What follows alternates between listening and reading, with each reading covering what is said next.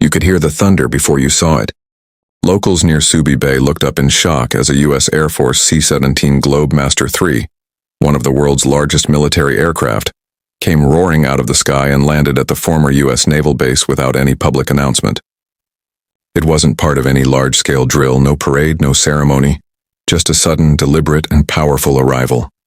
And it sent shockwaves not only through the Philippines, but straight into the halls of power in Beijing. Was this just a routine stop or a bold message in broad daylight? The South China Sea, only a few nautical miles west of Subic, isn't just water. It's the most hotly contested maritime zone in the world, where $337 trillion worth of global trade flows every year. Yes, every single year. China claims almost all of it through its so-called N-Ash line. But guess what? That claim's been ruled illegal under international law. And both the U.S. and the Philippines have been pushing back harder than ever. This sudden C-17 landing didn't happen in a vacuum. It happened at a flashpoint, and China instantly took notice. Beijing reportedly placed its South China Sea assets on heightened alert following the incident. According to military sources cited in open-source intelligence channels, satellite tracking later showed increased drone flights and planned People's Liberation Army Navy movements near Scarborough Shoal just 48 hours after the landing. A coincidence hardly, especially since this comes just months after the U.S. and the Philippines expanded their Enhanced Defense Cooperation Agreement, EDCA, giving the U.S. access to 9 key military bases across the country, including sites strategically close to Taiwan and the contested Spratly Islands. The C-7 isn't just any plane. It's a military workhorse capable of delivering tanks, missile systems, and rapid deployment troops. When that aircraft lands, it signals logistics, movement, readiness, not tourism. It can unload in minutes and take off again, fully loaded in a tight combat zone. The fact that it landed in Subic, a base that once housed tens of thousands of U.S. troops during the Cold War, isn't just symbolic. This isn't just about a plane landing. It's about where it landed, when it landed, and what it means for the region's most dangerous flashpoint.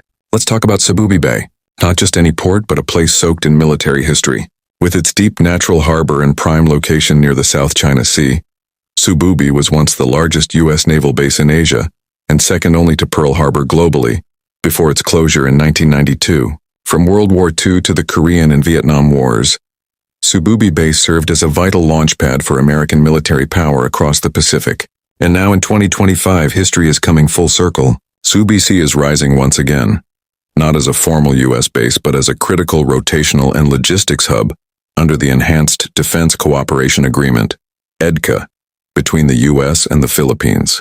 Under EDCA, American troops and equipment rotate in and out of key Philippine bases, not permanently, but consistently enough to keep a strategic foothold.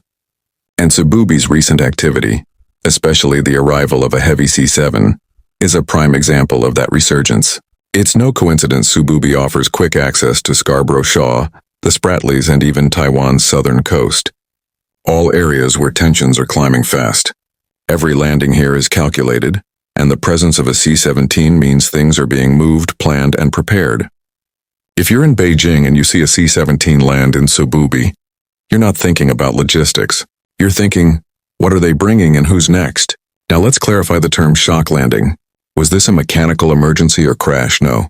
But the shock wasn't about how it landed. It was about what it symbolized. This wasn't a pre-announced drill, nor a routine training flight with full media coverage. It was sudden, sharp, and symbolic. The context matters.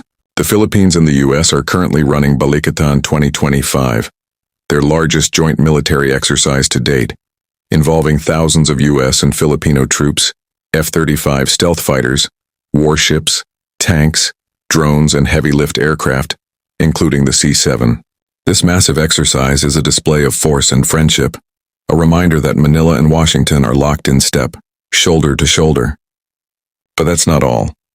In March 2023, a C-17 was also spotted delivering oil spill response equipment to the Philippines, proof that these aircraft are active in both crisis support and combat readiness. These landings may not always make headlines, but they're frequent, deliberate, and loaded with geopolitical consequences. For many in the region, it's not the C-7's engines that are loud. It's the signal it sends to anyone watching. To some, it's just a plane. To China, it's a loud knock on the South China Sea's front door. And that knock has definitely been heard. Chinese state media issued fresh warnings, calling U.S. military movements in the Philippines provocative, and a threat to regional stability.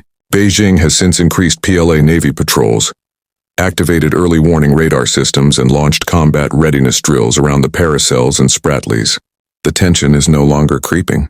Sprinting and every U.S. aircraft that lands in the Philippines, especially in strategic locations like Subic, adds fuel to that fire.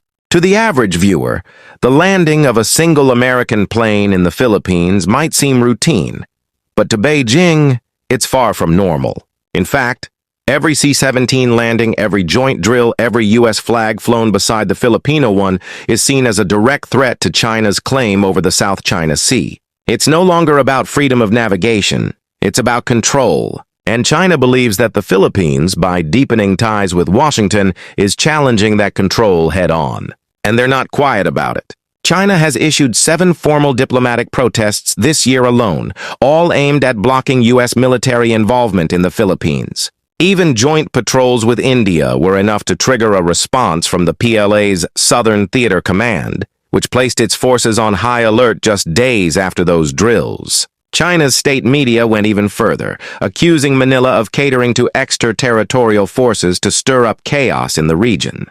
A clear jab at Washington. When China says high alert, they don't just mean words. They mean warships, warplanes, and warning shots. So what does high alert look like from China? A massive growing military footprint? Right now, China operates an estimated 3,200 hectares of militarized land across the South China Sea, land that didn't even exist 2 decades ago. These were once coral reefs. Now they're military fortresses. Runways stretch across the horizon. There are 72-plus reinforced fighter jet hangars, missile batteries pointed seaward, and deep harbors capable of housing entire fleets of warships. Satellite imagery from just May 2025 confirms something even more concerning. 2 nuclear-capable H-6K bombers parked on Woody Island deep in the Paracel chain. That's not defense, that's power projection. These aircraft have the range to strike anywhere in Southeast Asia, and their presence sends a chilling message. China is ready to go beyond surveillance. It's preparing for dominance. From invisible islands to nuclear bombers, China's red lines are no longer just on maps. They're made of concrete, steel, and missiles. And that assertiveness isn't just in the skies. It's increasingly felt on the water. And Filipinos know this all too well. Over the last year, Chinese Coast Guard ships have physically rammed, blocked, and blasted Philippine vessels with high-powered water cannons. In some instances, military-grade lasers were used to temporarily blind Filipino sailors. These aren't misunderstandings, they're confrontations, real ones. Then came the monster ship. In January 2025, China deployed its 165-meter mega-ship vessel 5901 to Scarborough Shoal, just 120 nautical miles from Luzon. Locals call it a floating garrison capable of dominating smaller ships through sheer size and advanced sensors. It's a floating message, we own this. Meanwhile, the Philippine Coast Guard recently intercepted a Chinese research vessel, Xiangyang Honghua 5, within our EEES off Guam. Why was it there? Officially, marine research. Unofficially, surveillance, strategic ocean floor mapping, resource scanning. It's part of a broader information warfare campaign, using science as cover for military positioning.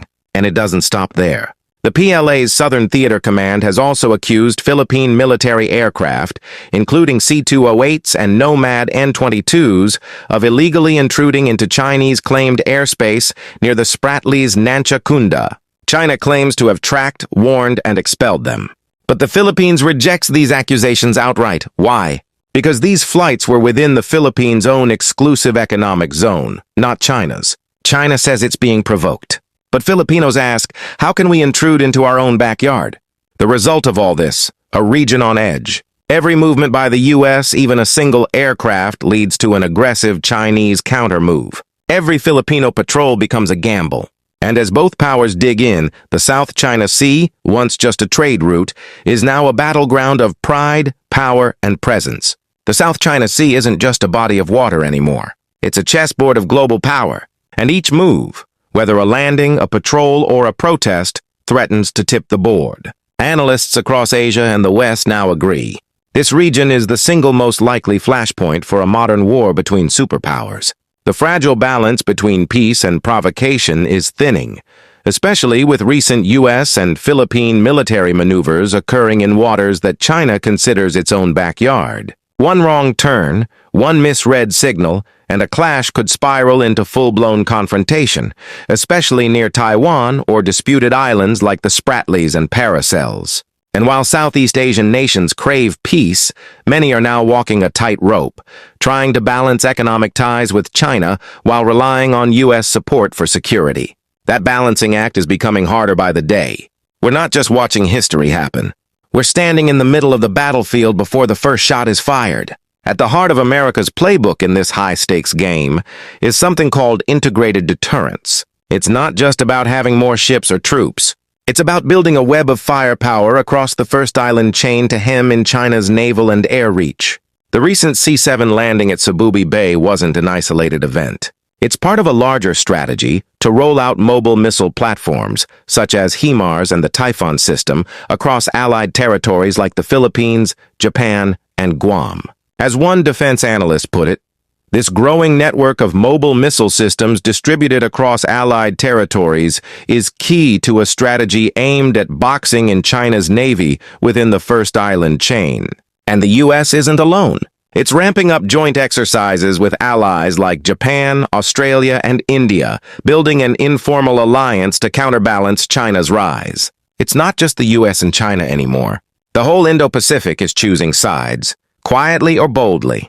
China sees all of this and it's responding in full spectrum, not just with ships and jets, but through a multi-layered counter-strategy involving political pressure, economic initiatives, and massive military investment. Beijing's recent moves from expanded naval operations in the Indian Ocean to investments in ports across Oceania show a nation determined to escape what it calls strategic encirclement. Behind the scenes, China is also accelerating military reforms, building long-range missile capabilities, cyber warfare divisions, and next-generation stealth aircraft, all designed to outpace or neutralize Western tech advantages. This isn't just a game of catch-up. It's a long-term game of dominance. And what's truly driving all of this? Resources. Beneath the waves of the South China Sea lie 11 billion barrels of proven oil reserves, 190 trillion cubic feet of natural gas, and one of the world's most fertile fishing zones, a lifeline for millions across the Philippines, Vietnam, Malaysia, and beyond. Control over this region isn't just about military power. It's about economic survival and national sovereignty. For China, it's about securing energy independence and projecting power across the Pacific. For Southeast Asian nations, it's about not being pushed out of their own waters where livelihoods and food supplies depend on continued access. It's not just about flags on islands. It's about oil, gas, food, and the future of Asia's economy. So, as American planes land, Chinese ships patrol, and alliances form across the Indo-Pacific, the geopolitical fault lines are hardening. This isn't just competition. It's a widening chasm, one that risks swallowing regional peace if diplomacy fails. And at the very center of that chasm, standing right between two titans, is the Philippines. The sudden touchdown of a U.S. C-17 Globemaster III at Subic Bay may have looked like just another military maneuver, but in truth, it was a symbolic thunderclap echoing across the Indo-Pacific. This shock landing wasn't just a show of force. It was a signal, a declaration that the U.S.-Philippines alliance is back in full swing and that Washington is not backing down in the face of growing Chinese assertiveness. Beijing's immediate military alert, fiery rhetoric, and aggressive maritime pushback make it clear they saw it too.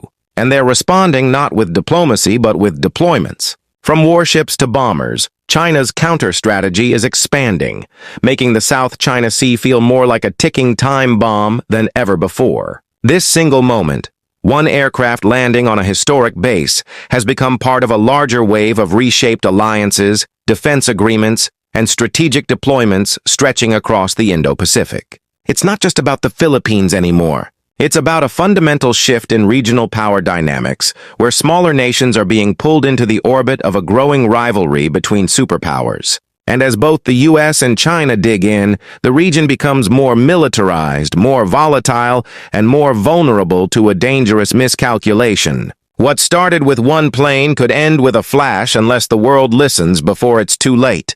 Looking ahead, the future of this standoff hangs in the balance. Will the U.S.'s strategy of deterrence prevent escalation or provoke more tension? Will China double down on its territorial claims or step back in favor of diplomacy? One thing is certain. The South China Sea has become ground zero for global power competition, and the Philippines stands right at the center of that storm. If there was ever a moment for world leaders to recommit to international law, open dialogue, and peaceful negotiation, it's now. Because as Subic just reminded us, a single landing can shake the world.